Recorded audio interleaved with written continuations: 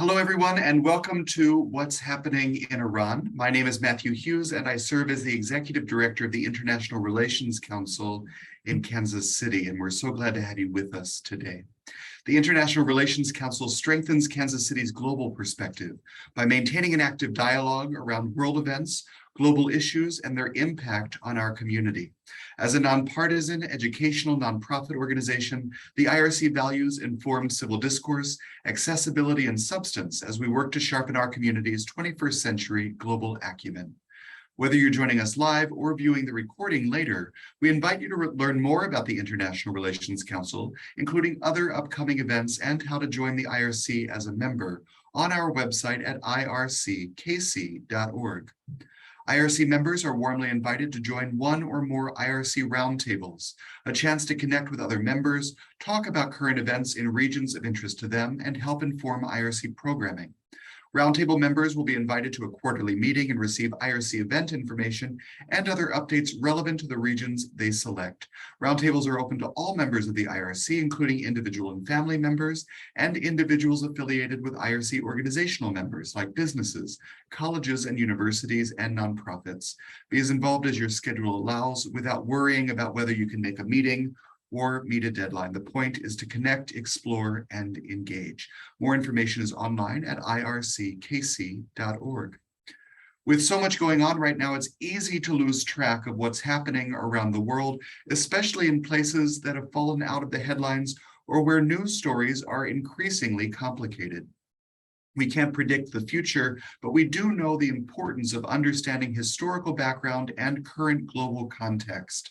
No matter your level of expertise, the What's Happening series offers meaningful explorations on some particularly active parts of the globe. We invite you to deepen your global knowledge and nuance your understanding of what's happening around the world today as we explore what's happening in Iran.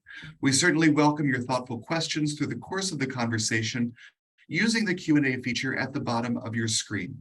And do check out and share other IRC conversations as we consider a range of critical issues in the coming weeks. Where are you? I'm now pleased to introduce our moderator for today's program, who will introduce our speaker and help us navigate the conversation. IRC board member Dr. Michael McCara is an associate professor of political science at the University of Central Missouri. His research focuses on politics in authoritarian regimes and civil-military relations, with a regional focus on the Middle East. Dr. McCara worked in Jordan for over 2 years as a research fellow with both Fulbright and the American Center of Oriental Research. During that time, he traveled throughout the Middle East, including in Morocco, Israel, Turkey, Lebanon, and Yemen. Mike, thanks so much for being with us today, and please take it away. Thank you so much, Matthew, and thank you for everyone who's joined this meeting today. I think it's going to be a wonderful discussion.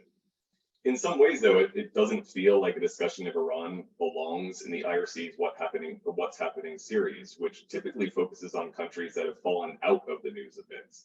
Yet, as we all know, current events in Iran are very much grabbing the headlines today. Widespread protests in favor of gender equality have captivated the world's attention, as well as raised serious questions about the long-term stability of Iran's ruling regime. In other ways, though, I think Iran is the perfect country to discuss in the What's Happening series. While the recent protests are grabbing most of the headlines, Iran's nuclear program, as well as the possibility of renewed nuclear negotiations, certainly deserves our attention. And of course, one cannot understand the political dynamics of the broader Middle East without understanding the role of Iran, particularly in places like Syria, Lebanon, Yemen, and Iraq. Indeed, there is certainly a lot happening in Iran these days. Here to speak with us today about this incredibly important country is Ambassador Frank Wisner. It would take too long for me to share all the details of Ambassador Wisner's decorated career, but by way of introduction, I'll mention just a few highlights. Ambassador Wisner's diplomatic career spans 4 decades and 8 U.S. administrations. He served as ambassador to Zambia, Egypt, the Philippines, and India during his extensive career in the State Department. Additionally, he has served as Undersecretary of Defense for Policy and as Undersecretary of State for International Security Affairs. Later, as Director of the Office of Southern African Affairs, Ambassador Wisner worked closely with Secretary of State Henry Kissinger to launch negotiations with Zimbabwe and Namibia. Later, Later on, Secretary of State's Condoleezza Rice appointed Ambassador Wisner as the nation's special representative to the Kosovo status talks in 2005, where he played a crucial role in negotiating Kosovo's independence. Certainly, Ambassador Wisner brings a wealth of experience to this discussion today, and I know his insights on Iran are going to be provocative and raise, I think, a lot of questions. Speaking of questions, I do want to just remind everyone that the Q&A function is available for you, and we'll have plenty of time toward the end of the meeting today to have the ambassador respond to some of your questions. But you're certainly not here to listen to me talk. So without further ado, let me turn it over to Ambassador Wisner. Ambassador Wisner, please take it away. Thank you, Mike. I hope I'm on screen. I'm having some substantial computer difficulties, and I don't know if you can see me. You're good to go, Ambassador. Thank you. Please, if you can see me, I will proceed. Well, first of all, I'm enormously pleased to return as virtually to Kansas City and to the World Affairs Council. I have had a long association, goes back many years, when Elliot Berkeley was with you and I came out from the Department of State to meet with you and to begin to admire the extraordinary work that all of you do in increasing discussions, knowledge, choices, and citizen participation in foreign affairs and national security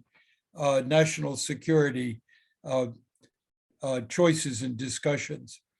So I begin today with all of you, and I suspect no one would take issue if I remind each of us that we're going through a very, very dangerous decade. It's more complicated than in any time in my life, and we face huge challenges. We face global great power competition, us, China, Russia as starters. We face the challenges of climate change. We're facing considerable economic uncertainty. The pandemic lingers, but then on top of it all, we have our own divided country, our own divided domestic house, which tends to undercut the ability of the United States to act on issues of significance to American interests on the world stage. So I also believe that we are going through a period of profound transformation in American foreign policy. From a time of near 20 years of US hegemony to a time of heightened global risk, where nations are coming apart pursuing narrow national interests with less regard to the overall stability of the international system. We, as Americans, have a seat at the global high table under present circumstances, but we have to be honest with ourselves. We no longer sit at the head of the table and can organize how that table conducts itself.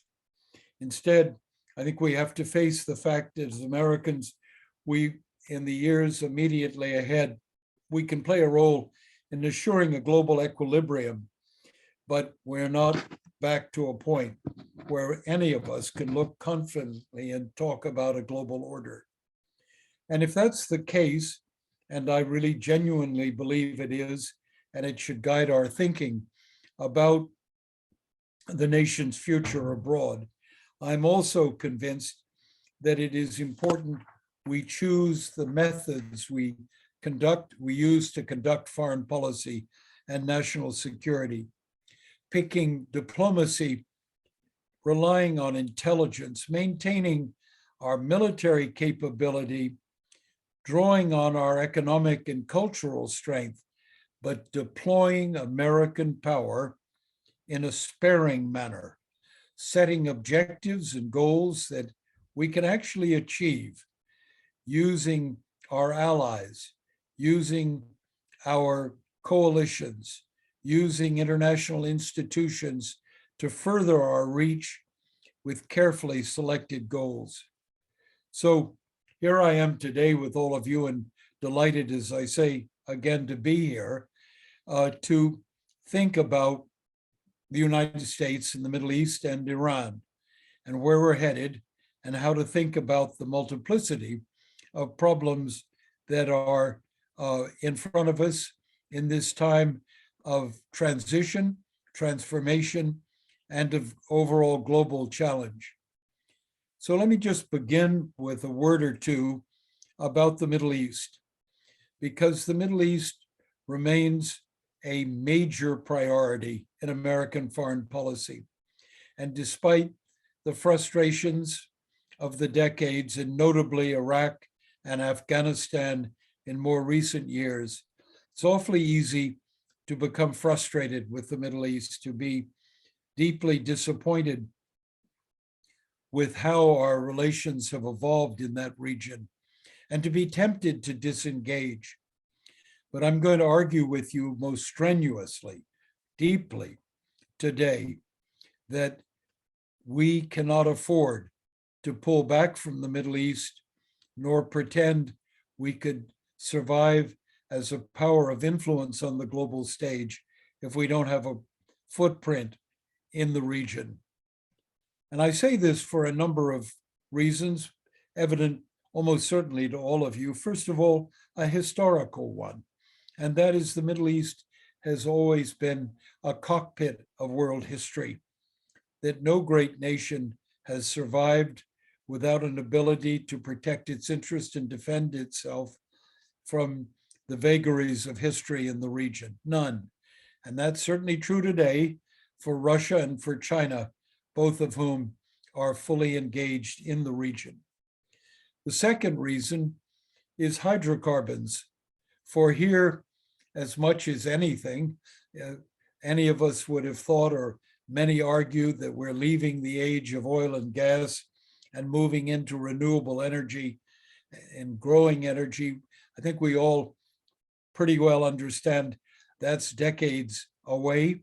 In the meantime, we're going to continue to have very heavy dependence on hydrocarbons, not only for ourselves, but for our allies, and basically for the global economy. And if we didn't think so, the Ukrainian crisis has reminded us just what can happen to energy supplies when they're impeded or threatened. Nor can we overlook where the complexities arise in the region.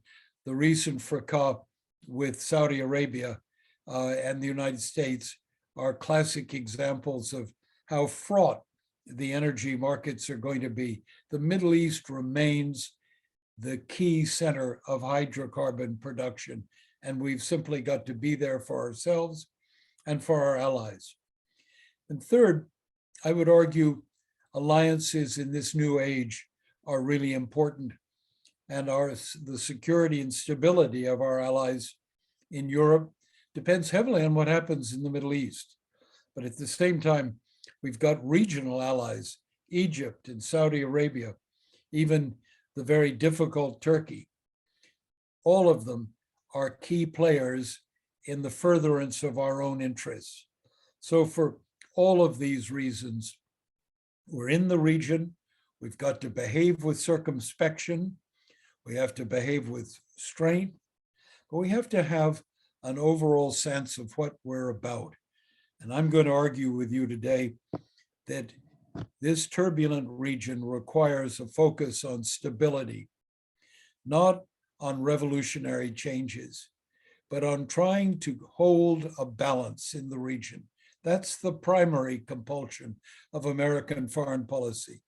I do not believe it is in the promotion of democracy, which is a fleeting and hopeful one day will return as a way of thinking about the Middle East.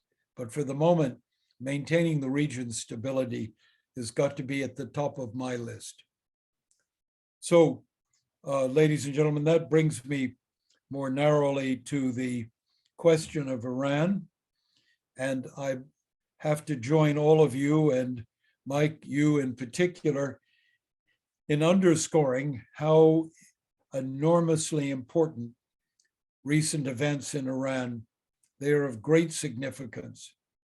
Not since 1979, when the Shah's regime in Iran fell, not certainly since 1999 or 2009 or 2017 or 2019, all of which were marked by protests and demonstrations, have we seen the Iranian clerical regime under as much pressure and so shaken. For the country continues, after over a month now, to be under siege of protests. They're quite amazing. They're protests, almost a first in world history, begun and led by women. But all ages are involved. All professions are involved, including recently oil field workers.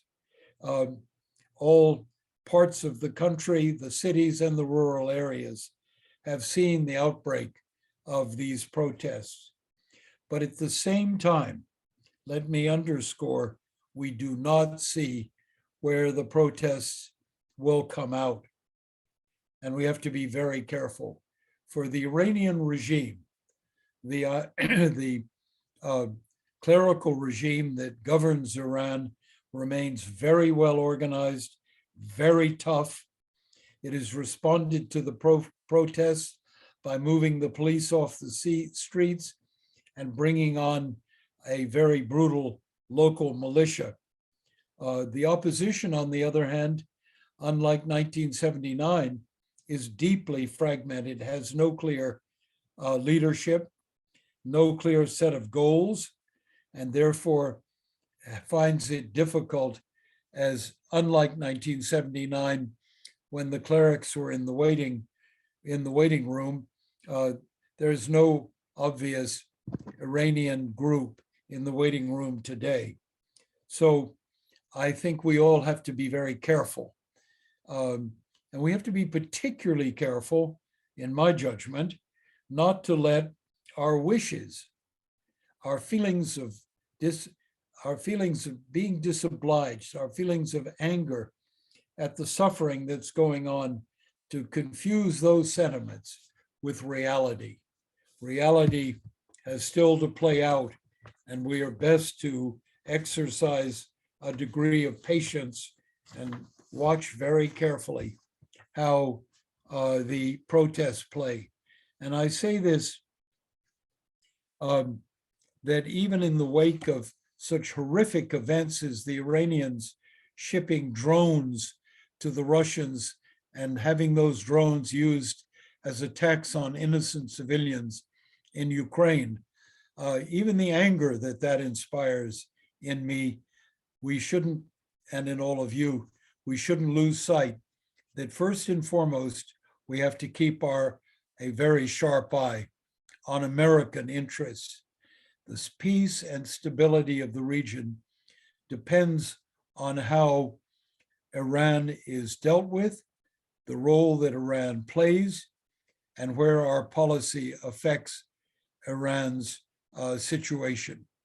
For Iran, I don't have to remind any of you, is a very important regional power. Its location gives it reach into many other areas in the world, importance to us, but its endowment, its ability to maintain very considerable military prowess, its economic strength, for it survived 30 years of sanctions, its ability to generate technology. Look at these drones. It's an educational endowment that now educates more women than men. There really, truly is no peer competitor in the Middle East quite like Iran. And we can't ignore it or wish it out of existence any more than we can believe there is an easy way out, that somehow protests will lead to the fall of the regime. Let's just try to think, if we're concerned about Iran's nuclear capability, what do we think would happen in an anarchy in Iran to the nuclear capacities of Iran? Anarchy? Well, not sure we know what would happen. And Iran is not in an anarchic state at the moment, and its position is reinforced by the very strong ties in recent years Iran has developed with Russia and with China. And can we imagine in anarchy in Iran what the consequences would be? And Mike pointed to them for peace prospects in Syria, in Lebanon, even in Yemen. So I'm not unfazed by the strengths and purposes of the Iranian regime, but I also recognize that we don't have decisive cards to play in altering its behavior, in changing its direction. Having said that, I would underscore that we do have cards and we need to use them very skillfully and wisely, even if they're not decisive ones. We've got good allies in the region. We've maintained and developed a strong military footing. We have good allies in our European friends who share largely our common purpose. These are all parts of the American arsenal and permit us to manage our relations with the regime in Tehran. As unpleasant as that regime is, as ugly as it is, we cannot pretend it isn't there, and nor can we pretend we can forget about it or look askance. It's not going to go away, in my judgment, anytime soon. And if it did, we don't know what it would take, what would take its place. But let's also stand back for a moment in fairness and think about our own interests on the global stage. We have sharp differences and dangerous engagements with both Russia and China. Can you imagine just how complicated the world would be for us if, in addition to the tensions with Russia and China, we had an open conflict with the Iranians? And don't kid yourself, that's not far away nor impossible. The history of the Gulf is a history of repeated clashes with American forces sitting right at the edge. It's literally a powder keg, and we have to be very, very careful about it. So this is a story with some history. And let me turn now for a moment to the JCPOA, the nuclear agreement that's been under discussion, and relate that to the overall picture and problem we face with Iran. Iran, a country with which we've been literally daggers drawn since 1979.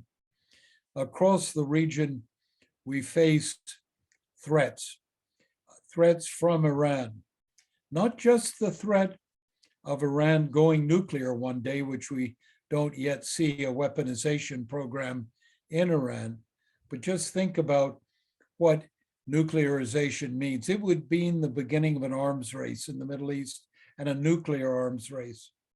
It could well mean military action on the part of Israel, which will not take chances on its future, where we have differences with the Israelis on how to deal with the Iranians. But if Israel went to war with Iran, I hate to think that we could avoid any involvement in that outcome. We have virtually weekly, monthly occurrences on the waters of the Gulf or in Iraq with Iranian rocketry and Iranian naval deployments disturbing the areas that we operate in.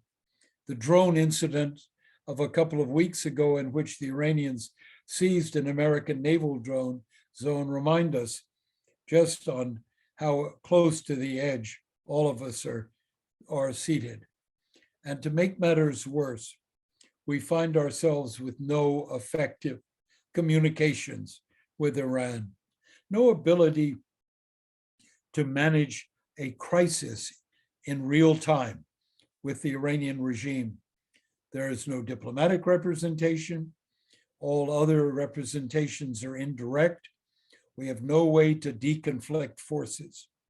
And we haven't had since Trump most unwisely pulled out of the JCPOA, and the Iranians stopped communicating with us even in that context. So I'm, in my judgment, and I believe this deeply, that President Obama was right to begin an engagement with Iran in 2015 in the company of Russia, China, Great Britain, Germany, France, the European Union, to join a JCPOA designed to bring and control the Iranian nuclear developments. Obama was right to take that on, as much as Trump was wrong to take us out of it.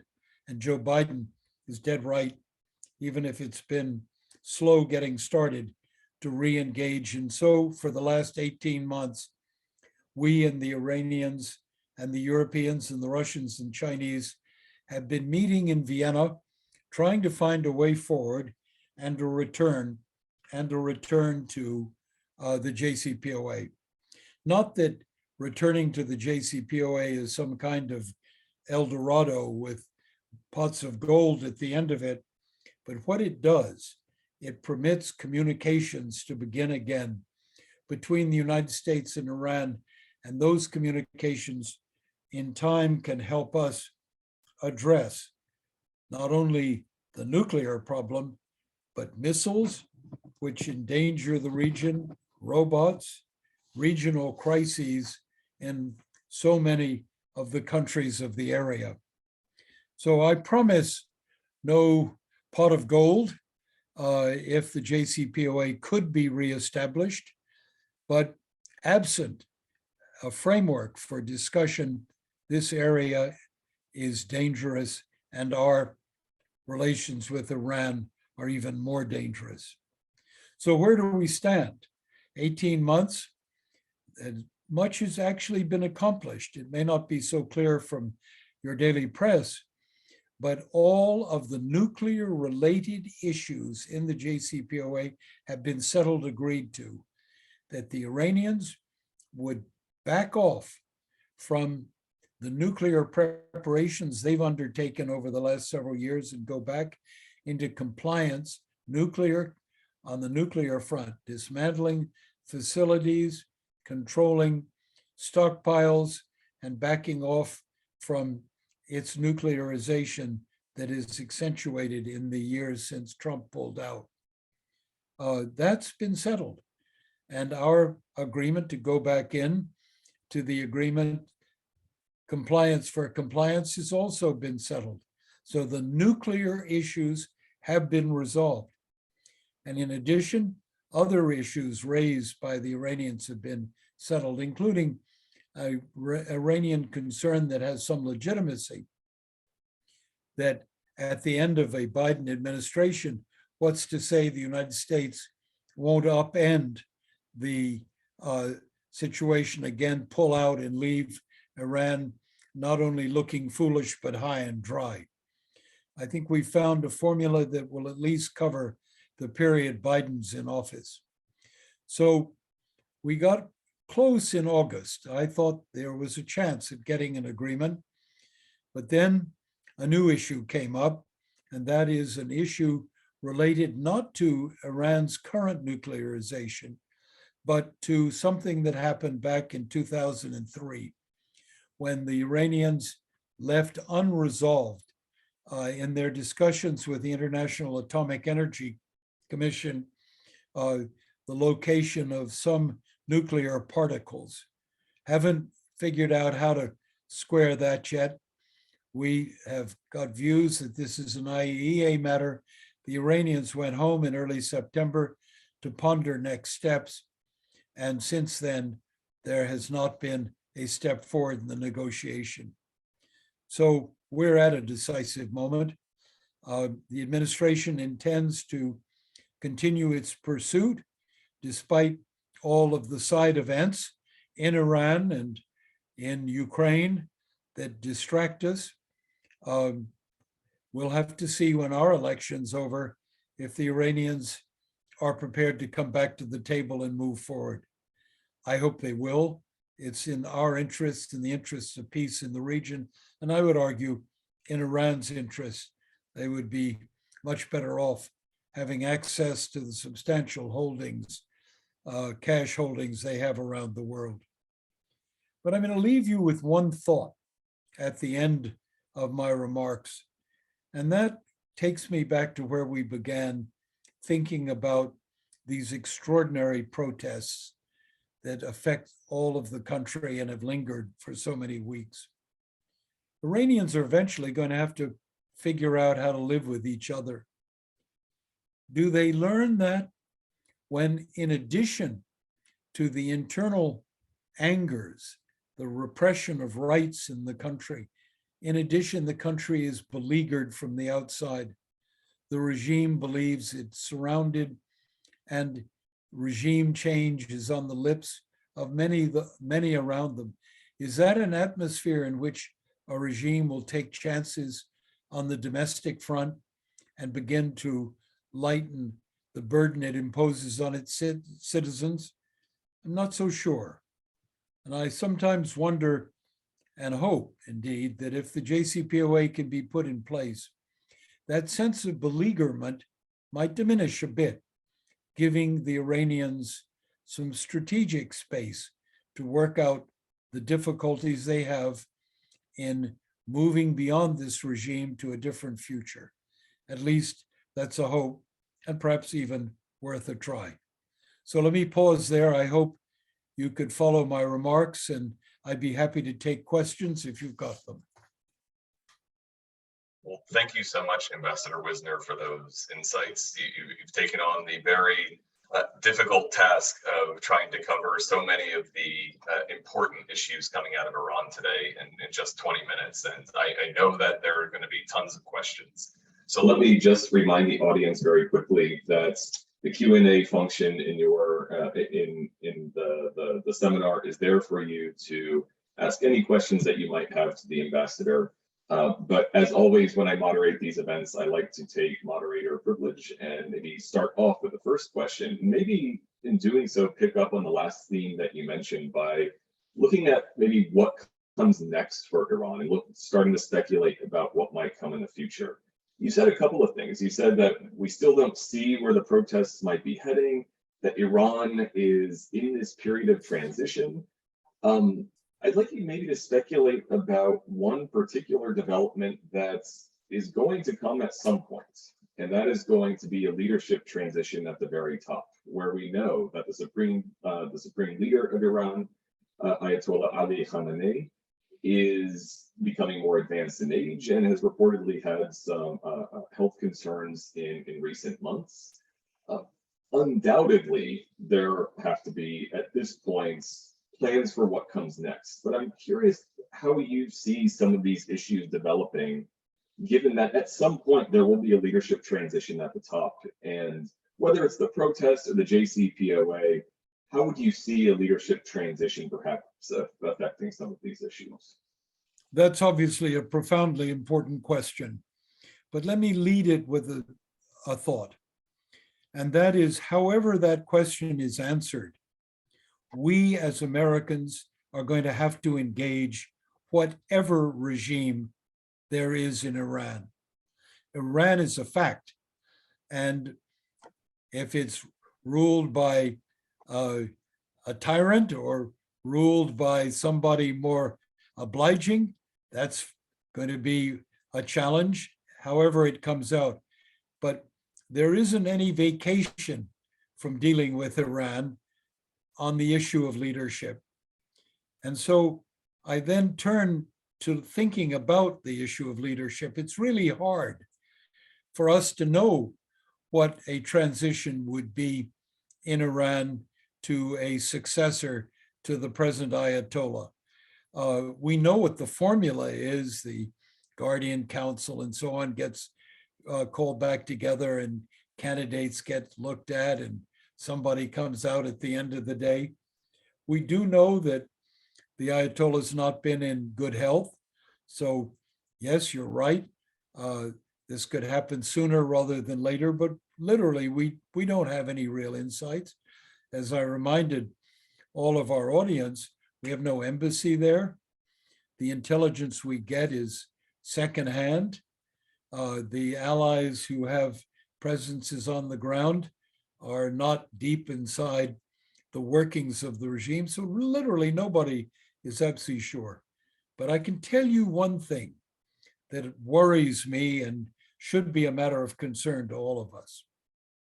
And that is, over the years, the regime has grown to rely more and more heavily on the Revolutionary Guards. There's been, if you will, a militarization of the politics of Iran. And what worries me in replacing the Ayatollah with whoever his successor would be, you're actually going to see a strong hand played by the IRGC. And you're going to face a more, a stouter, a militarized, guided process, less clerical and more brute force. So that's not necessarily good news for us, but given the drift in Iran's behavior, given the strength the IRGC has gathered in these years of sanctions and wars in the region, I'm afraid that's something we have to face frankly and contend with. Thank you so much. And I see many questions coming in the chat. So I'll turn now to some of those questions, and I'll again invite the audience to continue to send along any questions you might have. This first question might ask you to touch on an issue that you didn't get to as much in your opening remarks, but we'd be curious to hear what you have to say. So can you mention the degree of Iranian activity and impact in places throughout the region, like Syria, Yemen, and Lebanon? And what do you see as the long-term impacts of this? Well, I start in thinking about that problem with a very serious reflection on what divides us in Iran and the importance of engaging Iran in a political sense. The stability of the region is very much at stake, and Iran is a major actor in destabilizing and potentially instabilizing the area. And lest we think that it's all on the negative side, let's look at the Iranian record in dealing with the crisis in Yemen, where they've made it quite clear they would like to see a calming of the situation with the Houthis and the Houthi opponents in dialogue with one another, and they've given repeated examples. And then there's Lebanon. We sit in Lebanon on the eve of a presidential election.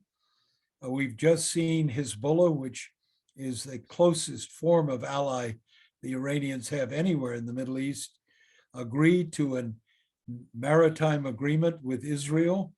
Iran has had its blessing, if not its hand, in the Hezbollah decision. So Iran is not entirely negative, but at heart, the way I think about Iran, it's a nation that has a real sense of national vulnerability. That going back to the Iran-Iraq War, going back to history, but going back most recently to the Iran-Iraq War, how brutalized Iran was by that war, and how determined Iran's leadership, and not just its security forces, all Iranians, are about stabilizing their situation, protecting the country from future crisis. And so to be able to have, if you will, a cordon sanitaire, to use an old-fashioned expression, a protective wall around Iran, brings Iran into shaping the reality in the neighborhood, shaping the reality in Iraq, shaping the reality in Syria, making it clear that you're not going to allow anybody to get too close to your borders because the outcome is dangerous to Iran's health. That explains a great deal of what involves Iran in the region around it. It's less about Shia religious fundamentalism. That day, if it ever existed in a serious manner, the Iranians are not in the proselytization business. as much as they are in the national security consolidation business. At least that's the way I see it. Thank you so much. And I think our next question picks up on a theme that you came back to a lot in your opening remarks, which is the idea of engagement, not only on behalf of the United States, but our partners in the EU as well. And this question speaks to how do we engage? So the question looks like this, where the go-to way to punish Iran historically seemed to be more sanctions, which the EU is levying right now. But this guest asked, are there no other actions that governments can take, such as reducing diplomatic representation, facilitating remittances, or reducing remittances that go directly to the people? Why are maybe other strategies being pursued when demonstrators, for example, are calling for alternative punishments beyond sanctions? Well, I appreciate the question, but I'd like to put it back to the person who asked it. Have we not had 30 years, coming on 40 years, of punishing Iran, of believing that pressures and beleaguerment will bring about some fundamental change in Iranian policy? Have we not engaged in the most elaborated and sustained sanctions effort, maybe Cuba is an exception, in the history of the United States, and to what effect? Has Iran made less progress on the nuclear front? Is it less involved in disrupting the region? Has it slowed down its capacity to develop awesome weapons systems? Has it ended up being less of a threat to friends and allies in the Gulf area? What have our punishments that the questioner would like to double down on achieved? Now, I'm not saying that we have to show the white feather, but at the same time, I think it's time to ask fundamentally, what is the effect of what we've done, and with the very limited options still available, what effect that would have on Iranian behavior. You mentioned worker remittance. Iranians don't have workers abroad. The oil sanctions, well, do you really want to go beyond where we've already been with oil sanctions and really punish people who depend on Iranian oil that we need for other purposes, like India, in facing off China? What are we aiming for? I'm going to argue with the questioner that I think now is the time. Leave the sanctions, that's leverage, but look as well at how you can engage politically the Iranian regime, as unlovely as it is, as deeply, deeply angering and disappointing as it is. Our interests, I argue, compel us to think creatively and politically about how we try to move that regime and our relationship to a level that is not just simply about punishment. Thank you so much. And I think our next question focuses a little bit on how Iranians themselves pursue the or view the United States, where the questioner puts it this way, saying, despite apparent hostility of the regime in Iran, there is widespread belief among many Iranians that the United States takes more of a soft line toward the regime in Iran, where the questioner puts it this way, saying the majority believe the United States and the regime need each other to serve their own purposes, and that this has resulted in sort of undeclared cooperation between them at the cost of human rights. The questioner is asking if you might be able to comment on this. If we accommodate the Iranian regime, please tell me about it. I know when Iranians are suffering as they are, hoping that someone else has a magic wand that can get rid of the problem, it's got to be an appealing dream. But let me assure you, the hostility that the United States has towards Iran and the regime's hostility towards the United States is virtually in my lifetime unparalleled. And that isn't going to change. Even if the sharp edge of hostility, the possibility or the fact of military confrontation doesn't exist, and let's hope it doesn't exist, we don't need another war, then I can assure you that our relations with Tehran are going to be very, very, very fraught. For all the reasons the questioner put on the table, we have persistent and will continue to have the deepest disagreements with the Iranians about their behavior in the region. We will have deep differences about the respect for human rights inside Iran itself. Today, we have quite innocent Americans in Evin prison in Tehran and elsewhere in detention or near detention. This is a terrible relationship. And if you're going to imagine that somehow we are in collusion with these people, it goes against about every value I can imagine Americans would have. At the same time, and I would be wrong not to underscore it, we have a large, dynamic, very successful community of Iranian Americans. We have a long history of cooperation with Iran predating the Ayatollahs. We have wonderful moments in history. Go back and read the story of Howard Baskerville, in which we in this country have struggled for human rights and democratic practices in Iran. And I think lots of Americans, few Americans remember the details, but many Iranians do. And at heart, I believe I'm not incorrect in saying, not the regime, but the sort of man on the street, if you will, who doesn't control things in Iran, has a positive feeling about the United States, would seek, if given half a chance, to normalize relations with us. It's to that we ought to be playing, not to the punishment game, in my judgment. And then in terms of narrow Iranian interests, you have 80 plus million people who have to have jobs and be able to raise children and make the country a place to live in.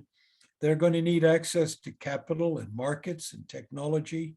All of these are positive incentives that can be, under the right circumstances, brought into play, and potentially with more effect than the purely negative incentives of sanctions that we favored in the past. I think this next question ties to some of the comments you made during your opening remarks about the importance of the Middle East when it comes to energy, and especially the extent to which hydrocarbons continue to be influential as the main source of energy throughout the world. Looking at the energy crisis that we face right now globally, this questioner is asking if loosening sanctions on Iran that are currently hitting the country's energy sector could be a way to help alleviate some of the global energy crisis that we're currently facing. Well, 3 comments. First, there will be no relaxation in American bilateral sanctions in the hydrocarbons or other fields with Iran. There's other legislation on the books that affect human rights and Iran's involvement, the blacklisting of the IRGC. There are plenty of bilateral sanctions.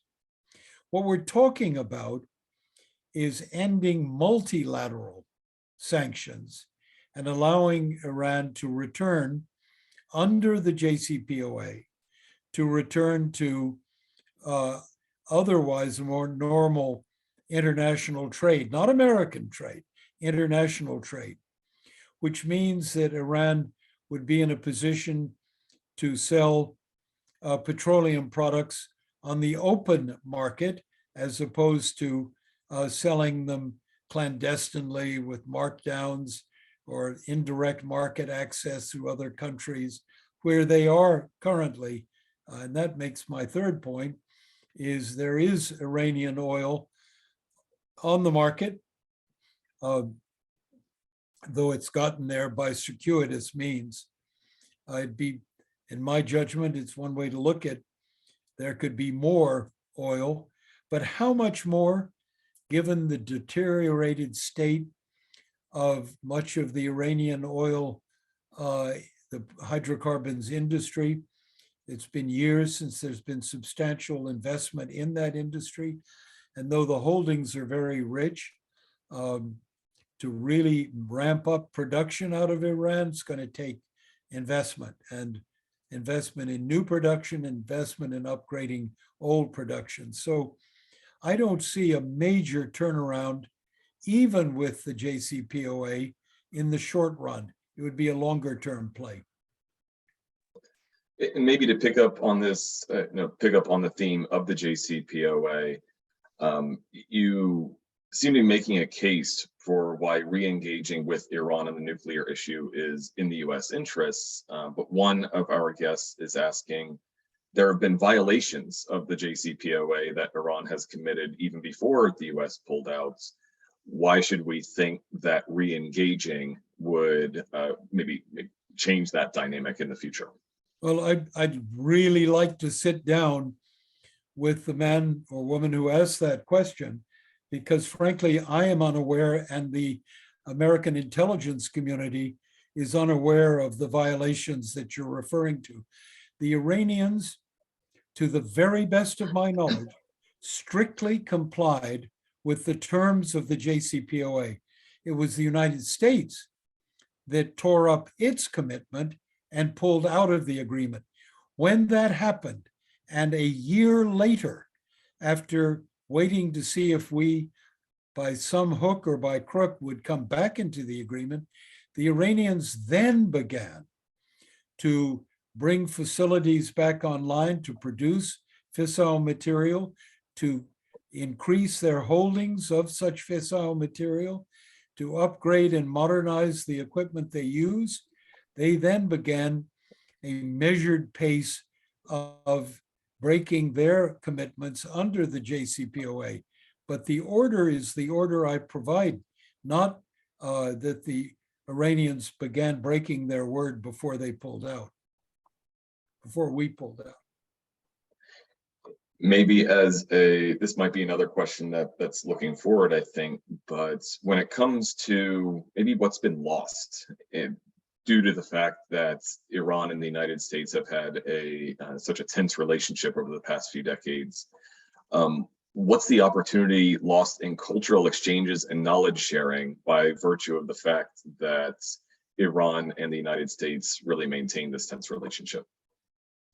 Well, I think the Iranians have been the overall loser, but so have we. Iran's a rich nation in culture and civilization. Its education system is really quite remarkable. By cutting ourselves off from it, we've had less impact and less profit from its findings. Just as even more important, the Iranians haven't had access to what we think and what we're working on in this country. We're both poorer. They probably poorer than we. But let's go back to an earlier question. Has that changed the regime's mind? Has it said we ought to go down on a bended knee to the United States? No, of course not. They've tended to head in the opposite direction, towards autonomous behavior, to reinforce their domestic capabilities. It's one of the great ironies of sanctions, that sanctions can end up producing even a more successful sanctions busting regime by the imposition of sanctions, and that the country ends up with more autonomous capability as a result of sanctions. So doesn't mean that sanctions don't have leverage purposes. They do. And I am not proposing today in anything I've said to you that the United States would be able easily, politically, or in fact, wise to move against US sanctions. But to think that somehow we are going to change Iranian behavior by finding a loophole here or there and closing that loophole strikes me as literally magical thinking. Thank you, Ambassador. And I want to also thank the many questions that we've gotten from the audience. I know that we would have to spend many more hours talking through them all in order to cover them all. But a theme that's actually come across is there's been a lot of, many of the questions have commended you on just the breadth that you have covered throughout your remarks. And I guess I'm wondering, maybe just moving forward as we continue to look for opportunities to keep up to date with what's going on in Iran, what sources would you recommend we look to? You know, there's so much information out there and so many different sources that we could be looking to, but what are your go-to sources, or what sources would you recommend when it comes to really keeping up to date with the very important issues that we've covered throughout this discussion today? Well, you know, that's a really good question. One of the huge tragedies of the American-Iranian relationship is, with rare exceptions, there are no American journalists on the ground. There are no writers doing independent research, no scholars engaged with Iran. There are very few outsiders working on bringing Iran before all our eyes. Whether they're in Europe or outside of Europe, that Iran remains, unfortunately, very much a black hole. And we are driven to depend on fragments that make their way over the airwaves without deep understanding of the changes that are going on in the country and have for the decades past. We're poorer for that. Our insights are shallower. Our ability to detect opportunities and hop on them have been diminished. So frankly, the question's absolutely right. Where do you go if that's a fact? And that's a harder question. There is the ordinary press. The American press contains some insights. There's academic work done by some scholars. There is the availability of international press. I read The Economist very closely. It has some reporting on Iran. There are some specialized citizens groups that try to bring news of Iran forward. There are private foundations like the Baskerville Foundation that tries to encourage dialogue. There is my own group, the Iran Project, that tries to bring the limited expertise. There's the Quincy Institute, which writes regularly. Trita Parsi's pen is very able on events in Iran that can be referred to by your readers. But there isn't that ordinary flow of analysis and information that all of us wish there was, so we could make the right choices. Well, Ambassador, I must thank you once again for your insights today. It's been incredible to see you tackle so many different issues in such a brief amount of time, and I wish we had more.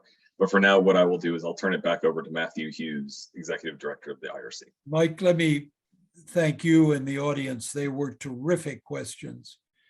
And as I opened my remarks this morning, remembering Elliot Berkeley and my past dalliances, encounters with Kansas City, I'd love to stay in touch, and I will always wish you all well. You do terrific work, so thank you. Thank you so much. Ambassador Wisner, we are so deeply touched by your generous gift of time and insight today, as well as your very, very considerate words about our founder, Elliot Berkeley, and the work that the IRC has been doing in Kansas City for nearly the last 68 years. That means a lot to us. And so thank you so much for being with us today. And Mike, thank you as well. Thank you, Matthew. Best wishes to all of you.